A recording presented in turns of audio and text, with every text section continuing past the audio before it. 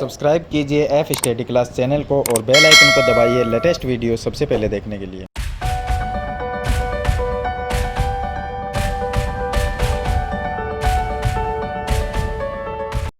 Hello students, आज हम कक्षा 8 की प्रश्नावली 6.1 के क्वेश्चन नंबर 5 से सरल करेंगे। तो क्वेश्चन नंबर 1 से लेकर 4 तक मैंने आपको पीछे वाली वीडियो में बता दिया था। तो इस वीडियो में हम क्वेश्चन नंबर 5 से स्टार्ट करेंगे। तो आप वीडियो को लाइक कर दीजिए और चैनल को सब्सक्राइब कर लीजिए।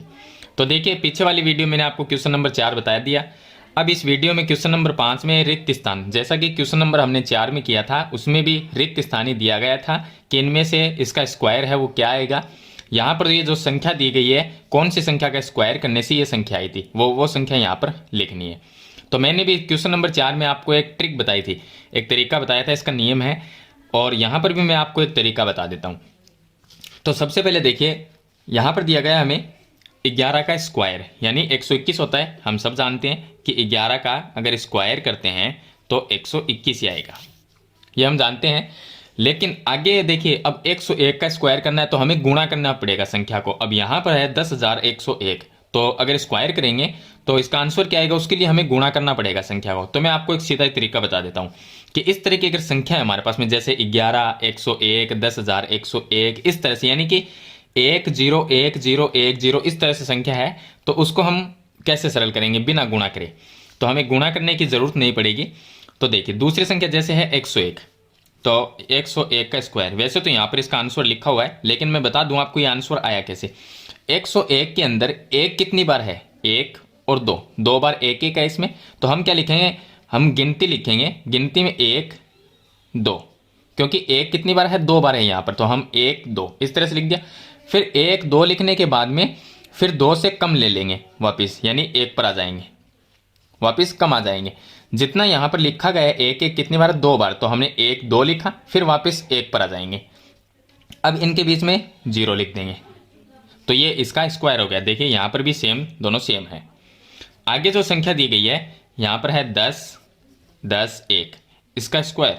यहाँ पर 1 कितनी बार है, 1 2 3 बार, 1 1 कितनी बार है, 3 बार, तो हम 3 तक गिनती लिखेंगे। 1, थोड़ा सा गैप छोड़ना है बीच में, 1 2 3, फिर वापस कम लिखेंगे, 3 से नीचे आ जाएंगे, वापस 2 1, वापस 1 तक आ जाएंगे।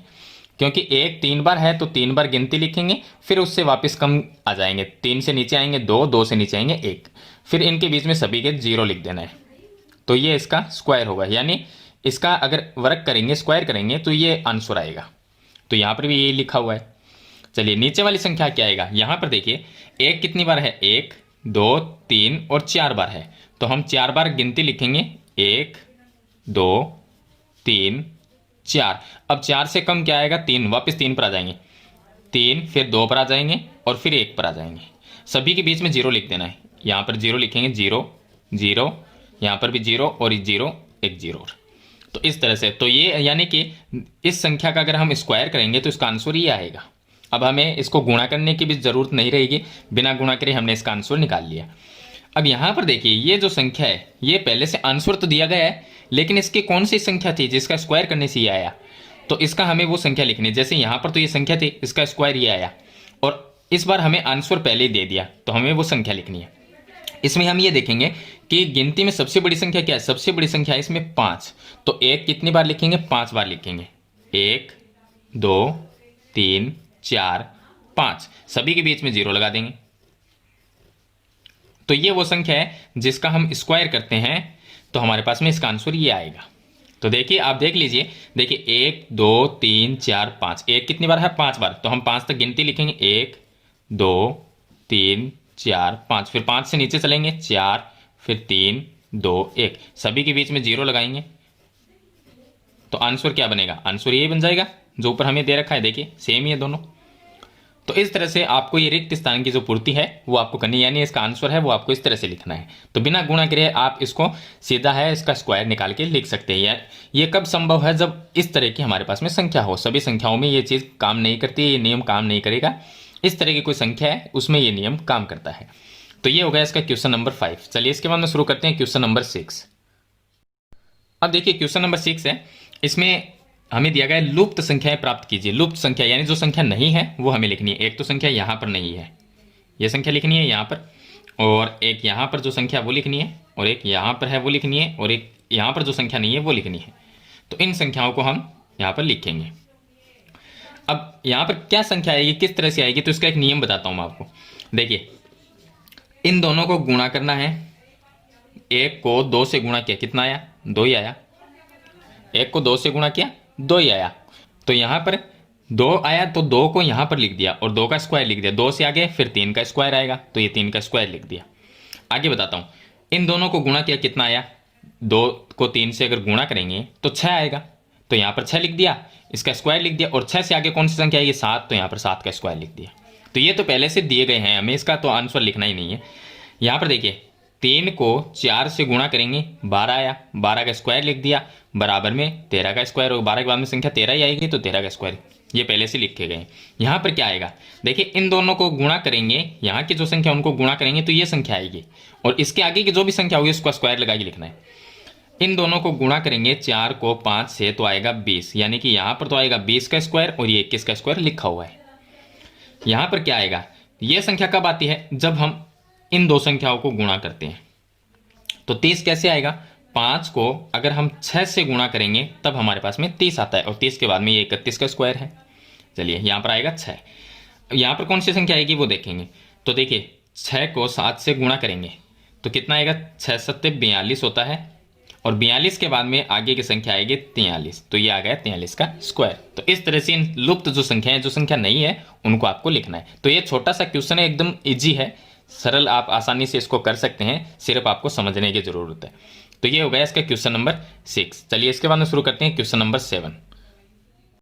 अब देखिए इसका क्वेश्चन नंबर 7, इसमें लिखा है कि योग संक्रिय किया बिना योगफल ज्ञात कीजिए। यानी इन संख्याओं का योग कितना आएगा वो हमें लिखना है, लेकिन इनको जोड़ के नहीं लिखना। जैसे हमने 1 में 3 को जोड़ दिया, कितना हुआ, 4, 4 और 5 9, 9 में 7 प्लस करेंगे 16 और 9 25, तो इसका आंसर 25 आएगा।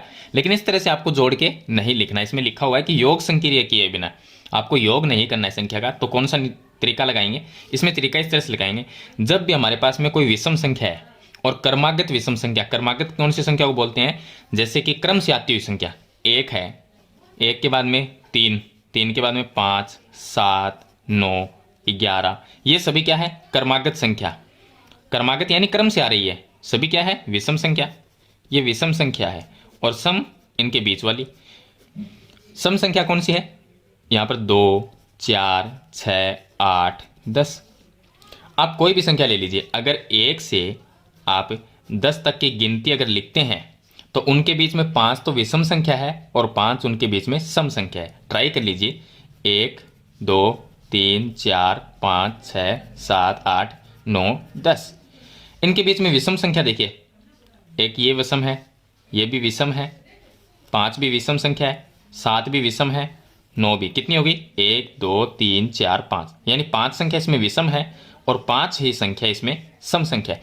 कितने भी आप गिनती ले लीजिए, अगर जो भी लेते हैं उसके बीच में उसके आधी तो सम होगी, आधी विषम होगी। तो यहाँ पर देखिए आप, हाँ हो सकता है आपकी पूरी संख्या ही विषम है, 10 संख्या यहाँ पर सम है, आधी आधी कर ली हमने, 5 5 हुई, तो 5 में 5 तो सम रहेगी और 5 विषम रहेगी। इसी तरह से आप जानते हैं कि सम संख्या कौन सी है और विषम संख्या कौन सी है। सम संख्या वो है जिसमें 2 का भाग जाता है जिन संख्याओं में, और विषम संख्या वो है जिनमें 2 का भाग नहीं जाता। तो ये विषम और सम संख्या हो गई। इसमें हमें योग तो करना नहीं है इन संख्याओं का, तो हम क्या करेंगे, देखिए, जब भी विषम संख्या हमारे पास में होती है और क्रमागत होती है, यानी क्रम से, एक के बाद में दूसरी विषम संख्या आगे वाली कौन सी आएगी, 3 ही आएगी, क्योंकि 2 क्या है, एक सम संख्या है, तो आगे 3 ही आएगी। 3 के बाद में आता है 4, लेकिन 4 तो एक सम है तो उसको नहीं देंगे, उसके बाद में 5 आएगा। तो क्रम से चल रही है, क्रम से चलती हुई जो संख्या होगी विषम संख्या, अगर उनका योग करना है तो हम ये देखेंगे पूरी संख्या कितनी है। ये कितनी है, 1, 2, 3, 4, 5, 6 संख्या है, 6 संख्या, इसको 6 से ही गुणा कर देंगे, तो इसका आंसर 6 गुणा 6 कितना हुआ, 36। यानी कि इन संख्याओं का जो योग होगा, अगर इनको हम जोड़ते हैं तो इनका योग 36 ही प्राप्त होगा।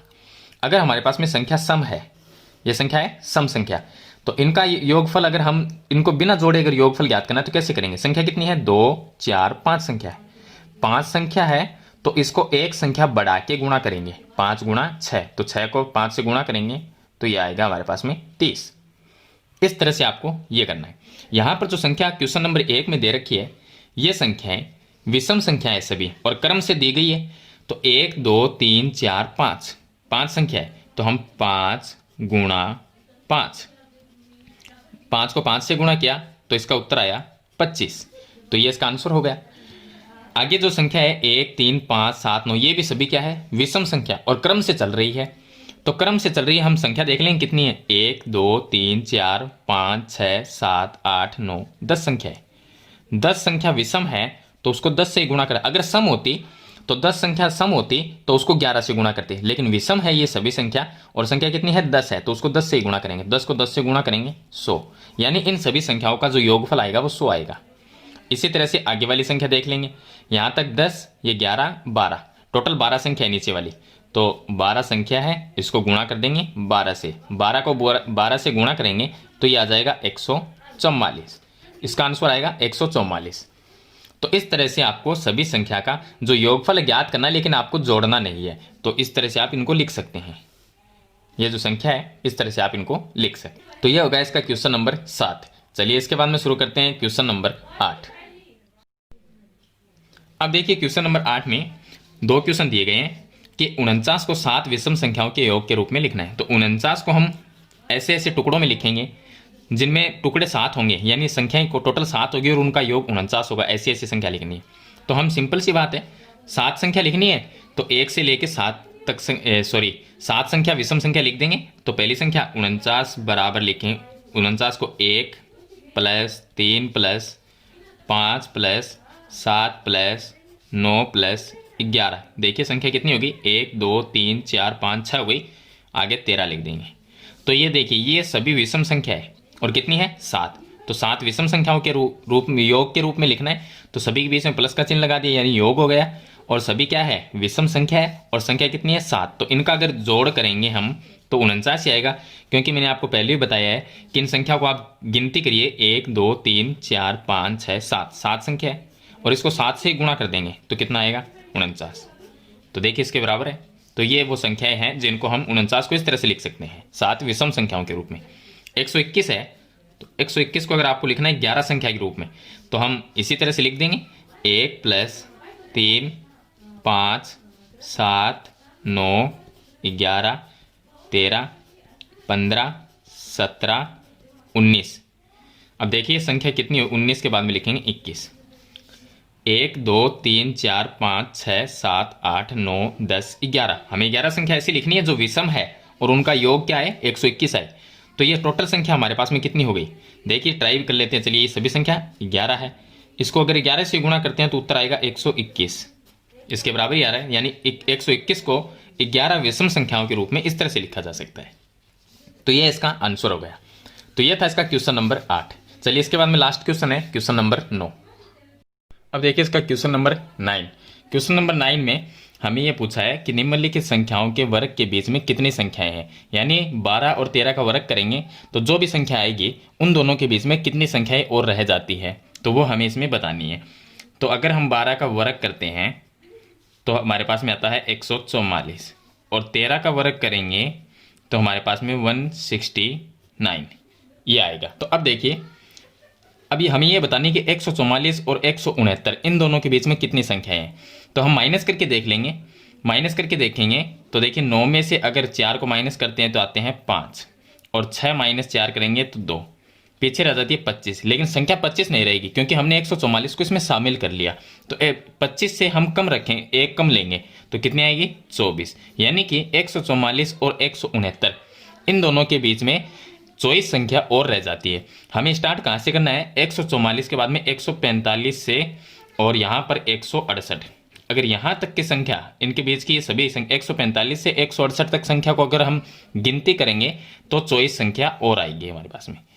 इसी तरह से 25 और 26, 25 का स्क्वायर करते हैं तो आता है 625 और 26 का स्क्वायर करते हैं तो हमारे पास में आएगा 676। अब इन दोनों के बीच में हमें यह बतानी है कि कितनी संख्याएं रह जाती है। तो 625 से 676, लेकिन हमें गिनती कहाँ से करनी है, 625 है तो 626 वहाँ से लेके और 675 तक संख्या देखनी है। टोटल संख्या को अगर गिनती करेंगे तो कितनी संख्या रहेगी। अगर हम इनको माइनस करके देखेंगे तो 6 - 5 करेंगे तो 1 आएगा, 7 - 2 करेंगे 5 आएगा। 6 माइनस 6 0, यानी 51। 51 से कम ही लेंगे क्योंकि 625 को हमने शामिल कर दिया। तो 51 से अगर कम लेते हैं तो आता है 50, यानी 50 और संख्याएं हैं। कहाँ से लेके? 625 है तो 626, 626 से लेके और 675 इन तक अगर संख्या की गिनती करेंगे तो 50 संख्याएं और आएगी। चलिए आगे देखिए, 99 का स्क्वायर करेंगे तो ये हमारे पास में आ जाएगा 9801, और 100 का स्क्वायर करेंगे तो ये आ जाएगा 10,000, ये आ जाएगा। अगर हम इन दोनों को माइनस करके देखते हैं, माइनस करेंगे तो हमें संख्या कहाँ से गिननी है? ये 9801 है तो हमें लेना है 9802, यहाँ से लेके और लास्ट लेना है 9999, यहाँ तक लेना है, 10,000 तक नहीं। 9802 से 9999। तो यहाँ तक अगर संख्या देखते हैं तो अगर इनको हम माइनस करते हैं तो इनके बीच में संख्या रहती है 199, लेकिन इससे कम लेंगे तो इनके बीच में 198 संख्याएं और आएगी। यानी कि इन संख्याओं की अगर गिनती करें 9802 से लेकर 9999 तक के, तो 198 संख्या और आ जाएगी। तो इन दोनों के बीच में 198 संख्या रहेगी। तो ये था इसका लास्ट क्वेश्चन, क्वेश्चन नंबर 9। तो मैंने इस वीडियो में आपको सभी क्वेश्चन है वो मैंने स्टेप बाय स्टेप आपको बता दिए हैं। फिर भी आपको कोई प्रॉब्लम आती है तो मुझे कमेंट में ज़रूर लिखें। तो आज की वीडियो में इतना ही, मिलते हैं एक नई वीडियो के साथ, तब तक के लिए थैंक यू।